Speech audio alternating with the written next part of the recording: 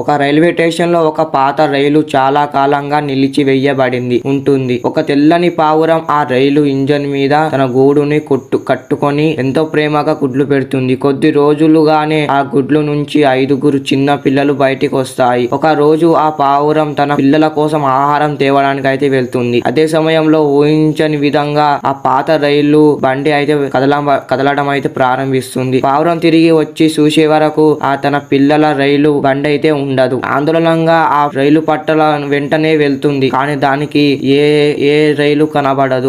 పావురం ఎంతో నిరాశగా ఒక చెట్టు పైన కూర్చొని ఉంటుంది. తన పిల్లలు వస్తారని ఎదురు చూస్తుంది. అకస్మాత్తుగా మళ్ళీ అదే రైలు అదే స్టేషన్ లోకి తిరిగి వచ్చింది. తన పిల్లలు క్షేమంగా ఉన్నారని పావురం గ్రహించింది. వెంటనే తన గూడును సురక్షితంగా రైలు పట్టాల నుంచి ఒక చెట్టు మీదకు షిఫ్ట్ చేసింది. తన పిల్లలు ఇప్పుడు క్షేమంగా ఉన్నారని ఆనందంతో పావురం కన్నీరు పెట్టుకుంది. ఆ హృదయానికి హత్తుకునే ఆ కథకు మీరు నచ్చితే ఒక లైక్ చేయొచ్చు కదా. ఇలాంటి మరెన్నో వీడియోస్ కోసం మా ఛానల్ ని సబ్స్క్రైబ్ చేసుకోండి.